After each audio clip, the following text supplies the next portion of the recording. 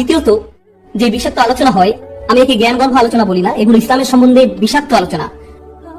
আর এই দ্বিতীয় ধরনের আলোচনা হয় যখন মানুষ নিজেরাই অন্যের বিচার করা শুরু করে। তারা আল্লাহর চেয়েও কঠোরভাবে আপনার বিচার করতে চায়, আল্লাহর চেয়েও কঠোরভাবে বিচার করতে চায়। তারা মানুষকে কেবল বলতে থাকে তারা জাহান্নামের আগুনে পড়বে, এটা হারাম। অথচ আপনি ফুকাহাদের মতামত সম্পর্কে কিছুই জানেন না। আপনি নিজে ভাবছেন এটা হারাম, তাই সে ধারণা সারা দুনিয়ার উপর চাপিয়ে দিতে চাইছেন। কিসের ভিত্তিতে সিদ্ধান্ত দিচ্ছেন? কোথায় পেলেন এই অভিমত? আমি একটা মজার ঘটনা বলি। আমার এক বন্ধু শেখ আব্দুল নাসের, আপনাদের কেউ হয়তো তাকে চিনতে পারবেন। শেখ আব্দুল নাসের আর আমি এক ডিনারে গিয়েছিলাম। ডিনারে আরো মানুষ ছিল আমাদের সাথে। তাদের মাঝে একজনের দাড়ি ছিল খুবই ছোট, লোকটা বেশ ছোট দাড়ি ছিল। একজনের দাড়ি ছিল খুবই ছোট, লোকটার দাড়ি বেশ ছোট ছিল। এই ভাইটার পাশের জনের আবার লম্বা দাড়ি ছিল। লম্বা দাড়িওয়ালা ভাইটা ছোট দাড়িওয়ালা ভাইটির দিকে তাকিয়ে বললেন, ভাই আপনার মুখটা তো হারাম। আর সে লোকটাকে ডিনারের টেবিলে অস্বস্তিতে ফেলে দিয়েছিল। আর আপনারা জানেন, যখন ফকির বিষয়ে আলোচনা হয় তখন আমি মুখ খুলি না, কারণ আমি ফকির নই, আমি আলিমও নই। কিন্তু শেখ আব্দুল নাসের আসলে একজন ফকির, আর তিনি তাদের কথা শুনছিলেন। বলা হলো তাদের দুজনের বয়স 20-এর বেশি নয়। ভাই আপনার মুখে এটা হারাম, হাদিসে বলা হয়েছে আপনার দাড়ি বড় করা উচিত। ঠিক তখন শেখ আব্দুল নাসের তার বারবিকিউ মাত্র মুখে তুলতে যাচ্ছিলেন, সেটা দেখে ছেলেটাকে সম্বোধন করলেন, ভাই আপনার এই হাদিসটা কোথায় পেয়েছেন? বুখারীতে আছে মনে হয়। কোন অধ্যায়? এই হাদিসের রাবীকে কে বর্ণনা করেছেন? কাদের কাছে বর্ণনা করেছেন? সাহাবার হাদিসটি কিভাবে বুঝেছিলেন? তাবেঈগণ কিভাবে বুঝেছিলেন? ইমাম বুখারী নিজে হাদিসটির ব্যাপারে কি বলেছেন? ফাতহুল বারীতে হাদিসটির কি ব্যাখ্যা করা হয়েছে? মালিকি মাযহাবে কি ব্যাখ্যা হয়েছে? শাফিঈ মাযহাবে কি ব্যাখ্যা হয়েছে? তখন সেই ভাই বলল, আপনি আমাকে অস্বস্তিতে ফেলছেন, দয়া করে অপমান করবেন না। সে বলল, হ্যাঁ ঠিক, আমি আপনাকে অপমান করছি, কারণ আপনি ওই ভাইকে অপমান করেছিলেন। আপনি ঠিক মতো জানেন না, অথচ আপনি সব বিষয়ে হারাম আখ্যা দিয়ে ফেলেন। আপনার কোনো যোগ্যতা নেই। আপনার গভীর আলোচনার মধ্যে দিয়ে যেতে হবে এটা বলার আগে যে মহান আল্লাহ কোনো কিছুকে নিষেধ করে দিয়েছেন। আপনার যথেষ্ট সচেতন থাকতে হবে। এটা কোনো ছোটখাটো বিষয় নয়। তিলকা হুদুদুল্লাহ, এটা আল্লাহর নির্ধারিত পথ। আপনি সবকিছুকে এভাবে হারাম হারাম বলে ঘোষণা দিতে পারেন না। আর আপনি এটা বলে দিতে পারেন না কে জাহান্নামের আগুনে নিক্ষিপ্ত হবে, কে সঠিক পথে আছে, আর কে পথভ্রষ্ট। আমি যে আয়াত নিয়ে কথা বলেছি এর শেষ দিকে আপনারা দেখবেন, ইন্না রাব্বাকা হুয়া আ'লাম বিমান দাল্লা আন সাবিলি। আপনার রব তিনিই জানেন কে পথভ্রষ্ট, আপনি নন। এই সিদ্ধান্ত দেওয়ার অধিকার আপনার নেই। কিন্তু আমরা খুব তাড়াতাড়ি মানুষকে বিচার করে ফেলি। আসলে আমরা মানুষকে বিচার করায় এতটাই দক্ষ যে মসজিদে ঢোকার সাথে সাথেই আমরা তার সম্পর্কে সিদ্ধান্তে চলে আসি। আপনি তার দিকে তাকিয়ে দেখেন, ও দাড়ি ছোট, তারপর টাকুর দিকে তাকিয়ে দেখলেন, এতেই যা বোঝার বুঝে যান। কত জলদি আপনি মানুষকে জাহান্নামে পাঠিয়ে দিলেন। এটা খুবই ভয়ানক কাজ। মানুষের অন্তরে থাকা ইসলামকে বিচার করা কেবল আল্লাহরই এই অধিকার আছে। তাদের বিচার করা আমাদের কাজ নয়। আমাদের এমন অবস্থায় রাখা হয়নি। তবে হ্যাঁ, যদি কেউ কোনো ভুল কাজ করে থাকে আর আপনি জানেন এটা অবশ্যই একটা ভুল, আপনি এই বিষয়ে খোঁজ নিয়ে দেখেছেন, আপনি নিশ্চিত ভাবে জানেন যে এটা একটা ভুল, তাহলে আপনার উচিত ভদ্রভাবে তাকে সেই কাজ থেকে সরে আসার কথা বলা। আর হয়তো আপনার নিজ থেকে তাকে শুধরানোর দরকার নেই, অন্য কেউ তাকে সংশোধন করে দিলে ভালো হবে। আপনাকে কৌশল অবলম্বন করতে হবে। মাঝে মাঝে আপনি কারো সংশোধন করতে চাইলে তাতে উপকারের চেয়ে ক্ষতি বেশি। আমি যদি আমার বাবার ভুল সংশোধন করতে চাই, এতে ভালো কিছু হবে না। এটা ভালো পন্থা নয়। আমার উচিত আমার মায়ের সাথে কথা বলা, তারপর আমার মা আমার বাবার সাথে কথা বলবেন, এতে করে আমি কোনো ঝামেলায় পড়বো না। বুঝতে পারছেন আমি কি বলছি? মাঝে মাঝে আপনাকে প্রজ্ঞা ব্যবহার করতে হবে। সবসময় সরাসরি বলতে হবে এমন কোনো কথা নেই। এতে ভালো হওয়ার চেয়ে হয়তো খারাপই বেশি হবে। তো প্রথম বিষাক্ত কথা হলো ভেদাভেদ নিয়ে কথা বলা, যার ফলে মানুষ বিভক্ত হয়ে পড়ে, বিভিন্ন ধরনের গ্রুপ নিয়ে কথা বলা। দ্বিতীয়টা হলো মানুষকে অতিমাত্রা বিচার করা। আর তৃতীয় ধরন হলো, জানি আমি একটু ইঙ্গিত দিয়েছি, আল্লাহর কিতাব এবং রাসূল সাল্লাল্লাহু আলাইহি ওয়াসাল্লামের সুন্নাহ নিয়ে অগভীর আলোচনা, এসবের গভীরতা একেবারেই না যাওয়া। আমি আসলে কি বোঝাতে চাইছি, আপনি যদি একটা খুতবা শুনেন যেখানে 30টি আয়াত বর্ণনা করা হচ্ছে, 20টি হাদিস বলা হয়েছে, একের পর এক আয়াত হাদিসের পর হাদিস বলেই যাচ্ছে, প্রত্যেক আয়াতের পেছনে তাহলে কতটা সময় ব্যয় হলো? কয়েক সেকেন্ডের মতো, তাই না? সাথে সাথে পরবর্তী আয়াতে চলে গেলেন, এরপর অন্য আয়াত, অন্য হাদিস, আবার অন্য আয়াত। কতটা সময় ব্যয় করলেন যে কোনো একটা আয়াত সম্পর্কে গভীরভাবে চিন্তা করতে? খুবই অল্প সময়। এটা আপনার জন্য ভালো নয়। খুবই অল্প সময়। এটা আপনার জন্য ভালো নয়। কুরআনের প্রত্যেকটি আয়াত, রাসূল সাল্লাল্লাহু আলাইহি সাল্লামের প্রত্যেকটি হাদিস নিয়ে গভীরভাবে ভাবতে হবে। আপনি যখন আমাকে একসাথে অনেক কিছু দিতে চাইবেন, আমি আসলে এদের একটির প্রতিও সঠিকভাবে মনোযোগ দিতে পারবো না। আল্লাহ কোরআনে অভিযোগ করেছেন, আফালা ইয়াতাদাব্বারুনাল কুরআন আম আলা কুলুবিন আফালুহা। তিনি বলেছেন লিয়াদাব্বারু আয়াতিহি, তিনি বলেননি লিয়াস্তাদিল্লু বিহায়াতিহি, তিনি বলেছেন লিয়াদাব্বারু আয়াতিহি, যাতে তারা গভীরভাবে তার আয়াত নিয়ে চিন্তা করতে পারে। আমি আজকে 1.5 ঘন্টা কথা বলবো আপনাদের সাথে। কয়টি আয়াত নিয়ে জানেন? কয়টি আয়াত নিয়ে? একটি মাত্র আয়াত। একটি মাত্র আয়াত। কারণ এই আয়াতটি আমাদের মনোযোগের দাবিদার। আমাদের এই আয়াত নিয়ে গভীরভাবে ভাবতে হবে। তো যেটা হয়, মানুষ অনেকগুলো আয়াত বয়ান করে থাকে কিন্তু কোনো আয়াতের গভীরতায় যায় না। আপনি যদি কোনো কিছু গভীরভাবে না বুঝে থাকেন তাহলে ভুল বোঝার সম্ভাবনা থাকে। যখন আপনার গভীর জ্ঞান থাকে না, আপনার ভুল বোঝার অনেক সম্ভাবনা থেকে যায়, কারণ স্বল্প জ্ঞান খুব সহজেই সমস্যা ফেলতে পারে। চলুন আপনাদের অন্য কিছু বলি, যেহেতু আমি এই বিষয়ে কথা বলছি। হয়তো আপনাদের বুঝতে অসুবিধা হবে, কিন্তু এটা বেশ গুরুত্বপূর্ণ। ইসলামের সর্বোত্তম উপহার, সবচেয়ে বড় সত্য যা আমাদের কাছে আছে, তা হলো আল্লাহর কিতাব। আল্লাহ সুবহানাহু ওয়া তাআলা বলছেন, কালিমাতুল্লাহি হিয়াল উলিয়া, আল্লাহর বাণী সর্বোত্তম স্থানে আছে। তো আমাদের কাছে সর্বোত্তম যে জিনিসটি আছে তা হলো কোরআন। তো যেটা হয়, কিছু মানুষ যারা পক্ষপাত দুষ্ট, তাদের মাথায় একটা ধারণা গেঁথে গিয়েছে যে নারীরা পুরুষের চেয়ে অধম। এই ধারণা তাদের মাথায় গেঁথে আছে। এখন যেহেতু তারা এটা ভেবেই নিয়েছে, তারা কিছু আয়াত আর কিছু হাদিসে দলিল খুঁজে আনবে এটা প্রমাণ করার জন্য যে কেন নারীরা পুরুষের চেয়ে অধম। কিন্তু ভাবুন, তাদের মাথায় কোনটা আগে এসেছে? আল্লাহর আয়াত নাকি তাদের ধারণা? কোনটা আগে এসেছে? এই ধারণা তাদের মাথায় আগে এসেছে। এই ধারণা তাদের মাথায় গেঁথে আছে। পরবর্তীতে তারা এসব আয়াত ব্যবহার করে তাদের ধারণাকে প্রমাণ করতে চেয়েছে। এটা সঠিক পন্থা নয়। আমরা আল্লাহর কিতাবে মনোনিবেশ করার আগে নিজ থেকে কোন ধারণা পোষণ করবো না। আল্লাহর কিতাবই বলে দিবে কিভাবে ভাবতে হবে। আমরা আগে সিদ্ধান্ত নিব না কিভাবে আল্লাহর বইকে নিয়ে চিন্তা করতে হবে। বুঝতে পারছেন? এতে পক্ষপাতিত্ব হয়। যখন আপনি আগে কোনো বিষয়ে সিদ্ধান্ত নিয়ে ফেলেছেন আর মাঝে মাঝে এসব মাত্রা ছাড়িয়ে যায়। কিছু মানুষ বলে সকল মুসলিমকে হত্যা করতে হবে। আমি প্রমাণ করে দেখাচ্ছি। তারা আপনাকে 100টা হাদিস, 50টা আয়াত দেখাবে। আর তারা এটা খুব সহজেই করতে পারবে, খুব সহজে। আমি এমনটা হতে দেখেছি। এতে সমস্যা কি হয়? তাদের এই সমস্ত কথা হয়তো কোনো 19 বছরের তরুণ শুনছে আর ভাবছে তার কাছে এতগুলো যুক্তি দলিল রয়েছে, কতগুলো আয়াত দেখিয়েছেন, হাদিস দেখিয়েছেন, সে নিশ্চয়ই সত্যি কথা বলছে, কারণ এগুলো তো আল্লাহর বইতে লেখা আছে। না, বাদের কথাকার, তার সিদ্ধান্ত প্রথমেই নেওয়া হয়ে গিয়েছিল আর এ নিয়ে গবেষণা হয়েছিল পরে। বিজ্ঞানের যে কোনো বিষয় নিয়ে কোন কাজটা প্রথমে করতে হয়? সিদ্ধান্ত নাকি গবেষণা? প্রথমে গবেষণা করা হয়, তারপর সেই গবেষণার উপর ভিত্তি করে সিদ্ধান্ত গ্রহণ করা হয়। কিন্তু তারা ঠিক এর বিপরীত কাজটা করে থাকে। তো শুনে হয়তো মনে হতে পারে খুবই ইসলামিক একটা লেকচার হচ্ছে, কারণ অনেক আয়াত আর অনেক হাদিসের কথা বলা হচ্ছে। কিন্তু আসলে এই নীতি একেবারেই ইসলাম বহির্ভূত। কারণ তারা পক্ষপাতিত্ব করছে, তাদের নিজস্ব মতামতকে তারা সবচেয়ে গুরুত্ব দিচ্ছে আর সেই ধারণার ভিত্তিতে সবকিছু উপস্থাপন করছে। সুবহানাল্লাহ। আর মুসলিমরা খুব সহজেই তাদের শিকারে পরিণত হচ্ছে। তারা ধরেই না ইসলামে বোঝায়, এমনটাই বলা হয়েছে। আমরা বর্তমানে যা শুনি, দুর্ভাগ্যবশত আল্লাহর কিতাবের নামে আমরা এখন যা শুনতে পাই তা সত্যিকার অর্থে এই কিতাবের প্রতি অপমানজনক। সত্যি অপমানজনক। একেবারে বিপরীত অর্থটা মানুষের কাছে তুলে ধরা হচ্ছে। এখন আর অল্প কিছু বিষয় যা আপনাদের সাথে শেয়ার করতে চাচ্ছি, তা হলো স্বতন্ত্রবাদ। আমি জানি একটি কঠিন শব্দ বলে ফেলেছি, আপনাদের বোঝার জন্য সহজ করে দিচ্ছি। এগুলো হলো ইসলাম সম্পর্কে বিচ্ছিন্ন আলোচনা। আর ভেবে দেখুন তো, এই ধরনের আলোচনা আপনারা কোথাও শুনেছেন আগে? সেসব আলোচনা যা মানুষের মাঝে বিভক্তি সৃষ্টি করে, এমন আলোচনা যেখানে মানুষ একে অন্যের সমালোচনা করে, এমন আলোচনা যেখানে মানুষ আগে কিছু একটা ভেবে নিয়েছে আর পরে সেটা প্রমাণের জন্য অনেক আয়াত বলে যাচ্ছে। শুনেছেন এই ধরনের কথাবার্তা? মুসলিম সমাজের এই দুর্বলতার সুযোগ নেওয়া হচ্ছে, আর এটা বন্ধ হওয়া দরকার, বন্ধ হওয়া দরকার। তো আর একটা মাত্র বিষয় জানিয়ে কথা বলতে চাই, তা হলো স্বাতন্ত্র্যবাদ। এর মানে হলো তারা আপনাকে বলবে যারা সত্যের উপর প্রতিষ্ঠিত তারা কেবল আমরাই। তুমি যদি সুরক্ষিত থাকতে চাও তাহলে অন্য কারো কথা শুনতে যেও না, কারণ তুমি যদি তাদের কথা শোনো তাহলে তুমি পথভ্রষ্ট হয়ে পড়বে। তুমি তো জান্নাতে যেতে চাও, তাই না? জান্নাতে যাওয়ার একমাত্র পথ হলো তোমাকে আমাদের হালাকায় লেগে থাকতে হবে। তুমি শুধু আমার কথাই শুনবে, কারণ অন্য যারা আছে তারা পথভ্রষ্ট। আর এই মানুষগুলোর কাছে প্রত্যেক সপ্তাহে পথভ্রষ্ট আলেমদের নতুন তৈরি লিস্ট পাওয়া যায়।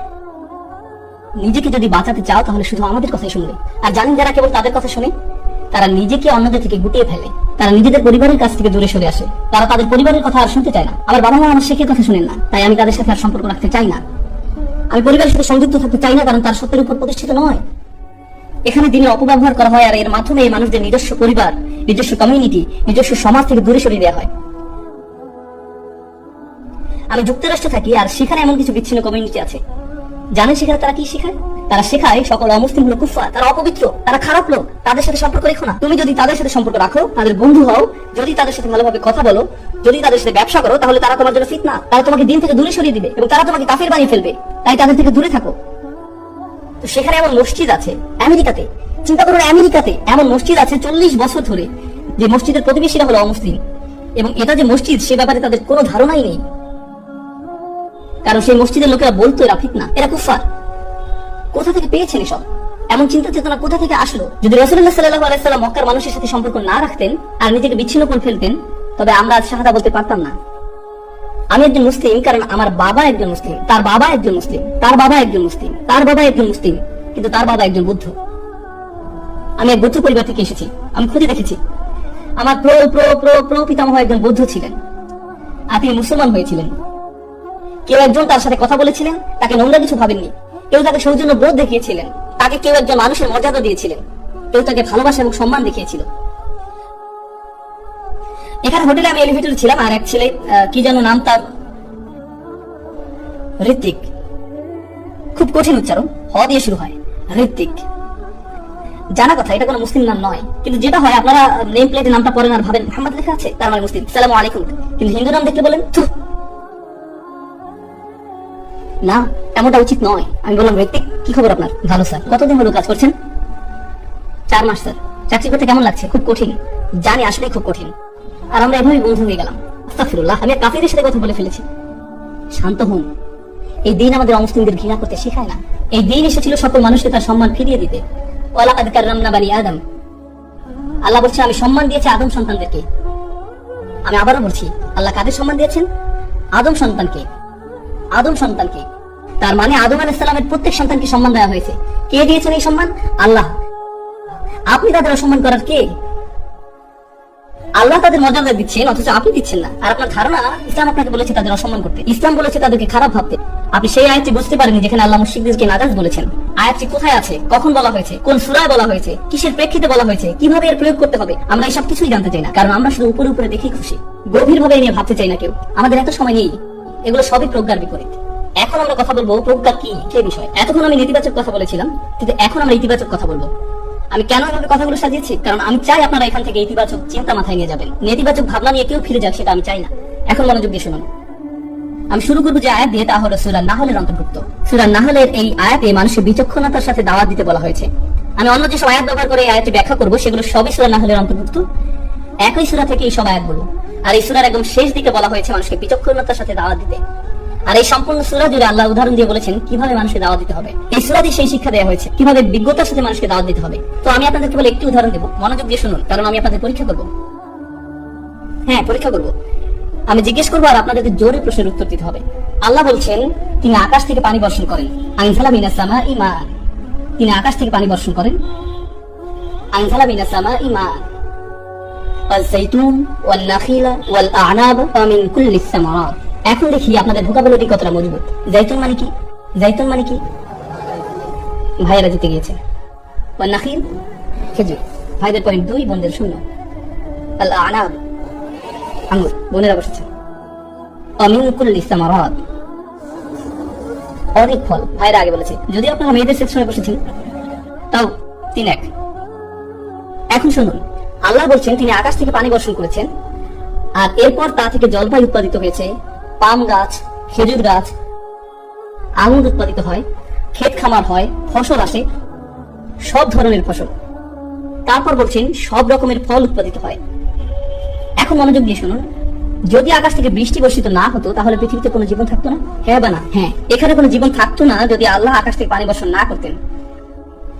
যদি আমরা লক্ষ্য করি যে জমিনে কি উৎপাদিত হয়, জমিনে কি শুধু এক ধরনের জিনিস উৎপাদিত হয় না বিভিন্ন জিনিস উৎপাদিত হয়? একই পানি কিন্তু হরেক রকমের ফল ফসল, হরেক রকমের ফল ফসল। এখন আমি এগুলোকে 2টি শ্রেণীতে বিভক্ত করবো। প্রথমত কৃষি জমি। কৃষি জমিতে কি ফসল নিজে নিজেই জন্মে না কৃষককে এর জন্য পরিশ্রম করতে হয়? এক্ষেত্রে বৃষ্টির পানি যথেষ্ট নয়।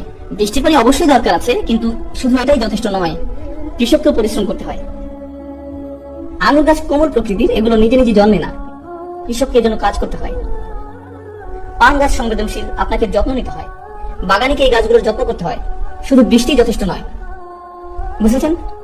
অন্য কথায়, চাষ করার ক্ষেত্রে কিছু নির্দিষ্ট ফসলে, যেমন জলপাই, সংবেদনশীল ফল, সংবেদনশীল গাছ, এসব ক্ষেত্রে যত্ন নিতে হয় এবং চাষিরা ও বাগানিকেও পরিশ্রম করতে হয়।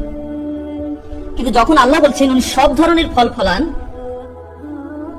আপনি যদি দক্ষিণ আমেরিকার অ্যামাজন বনে যান এবং সেখানে শত শত হাজার হাজার লক্ষ লক্ষ একর বন গাছ, ওইসব গাছে কি ফল হয়?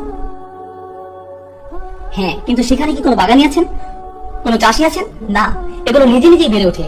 তাই আমি যেটা বলার চেষ্টা করছি সেটা হলো, আল্লাহ যখন আকাশ থেকে বৃষ্টি পাঠান, মাটি থেকে অনেক জিনিস নিজে নিজে বেড়ে ওঠে, কিন্তু কিছু প্রাণ বেড়ে ওঠে আমাদের যত্নের কারণে। এটা এক ধরনের পার্টনারশিপ বলা যায়। আর কিছু জিনিস বেড়ে ওঠে শুধুমাত্র আল্লাহর রহমতের কারণে। আপনারা এতটুকু বুঝেছেন?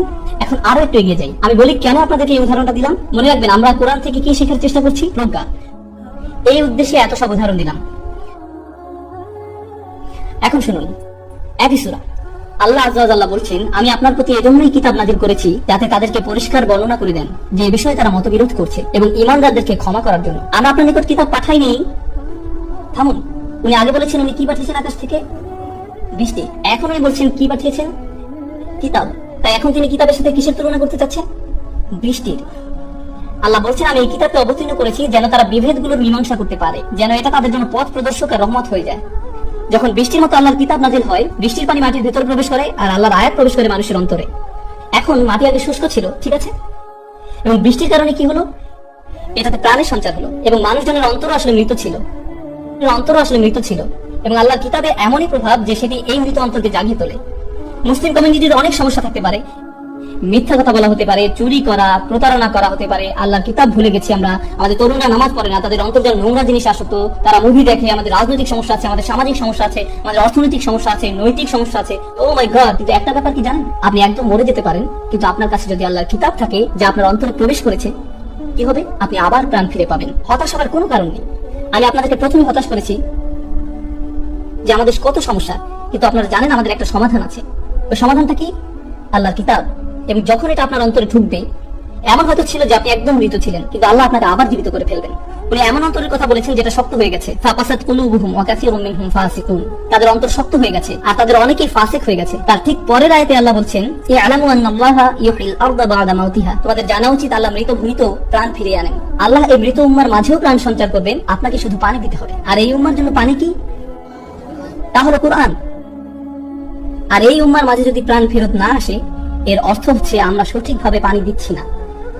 এটা তাই মানে আমি আপনাদেরকে আগেই বলেছি, যখন বৃষ্টি পড়ে তখন কয় ধরনের গাছ হয় তা থেকে 2। এক ধরনের গাছের জন্য আপনাকেও কাজ করতে হবে, মনে আছে? এবং অনেক ধরনের গুলো কেমন হয়, নিজে নিজেই। জঙ্গলের মাঝখানে একটা আপেল, জঙ্গলের মাঝখানে একটা কমলা, এরা নিজে নিজেই হয়েছে, আমাদের সেখানে কিছু করার নেই। ঠিক একইভাবে এমনকি আজকের দিনে এমন লোক আছে যারা ইসলাম গ্রহণ করেছে, কিন্তু আপনি তাদেরকে কোনো দাওয়াত দেননি, আপনি কোনো চেষ্টা করেননি, আপনি কিছুই করেননি। আল্লাহ শুধু তাদের অন্তরে পানি দিয়েছেন এবং তারা নিজে নিজে ইসলামে এসেছে। এটা এখনকার সময় হয় এরকম নাকি না? ঠিক জঙ্গলের মাঝে যেভাবে ফল জন্মে সেরকম, কোন মানুষ্য চেষ্টা ছাড়াই, শুধুমাত্র আল্লাহর ইচ্ছার দ্বারা। এমন অনেক লোক আছে যারা শুধুমাত্র ইসলাম গ্রহণ করেছে আল্লাহর ইচ্ছায়। আমি চমৎকৃত হয়ে যাই, হতভম্ব হয়ে যাই। কখনো কখনো কোনো ইমেল দেখে, কখনো কোনো আলোচনা থেকে আমি মাঝে মাঝে শকড হয়ে যাই। এখন আমার মাথা বেঁধে যাচ্ছে, আমি ফিরছিলাম আমার পরিবারের সাথে এক এয়ারপোর্টে এবং সেখানে একজন ফ্লাইট অ্যাটেন্ডেন্ট ছিলেন। এটা ম্যারিল্যান্ডের ঘটনা। ফ্লাইট অ্যাটেন্ডেন্ট হেরে গেল। আপনারা জানেন ওরা কিরকম পোশাক পরে। আমি আমিরাতের ফ্লাইট অ্যাটেন্ডেন্টের কথা বলছি না, আমি স্পিড এয়ারলাইনের মতো আমেরিকান ফ্লাইটের অ্যাটেন্ডেন্টের কথা। সে হেঁটে যাচ্ছিল, আমাকে বললো আমি তোমার ভিডিওগুলো দেখেছি, দোয়া করে যেন আমি দ্রুত একজন মুসলিম হয়ে যেতে পারি। আমি ভাবলাম, ওয়াও, এটা কিভাবে ঘটলো? আমি তো তাকে দাওয়াত দিইনি, আমি তো তাকে চিনিও না, আমি তার দিকে কোনো পদক্ষেপ নেইনি। আমি শুধুমাত্র কোরআন নিয়ে পড়াশোনা করেছি আর ইউটিউবে একটি ভিডিও পোস্ট করেছি। বাকি সবকিছু কে করলো তার জন্য? আল্লাহ পাক করেছেন। তিনি মানুষের হৃদয়ে বৃষ্টি ঝরাতে পারেন, আমি কিছুই করিনি। এটা ওই মহিলার প্রতি আল্লাহ পাকের উপহার। আল্লাহ পাক আমাকেও যেন পুরস্কৃত করেন, যদিও আমি কিছুই করিনি। আল্লাহ পাক তাকে ইসলামের পথে নিয়ে আসুক। এরকম শত শত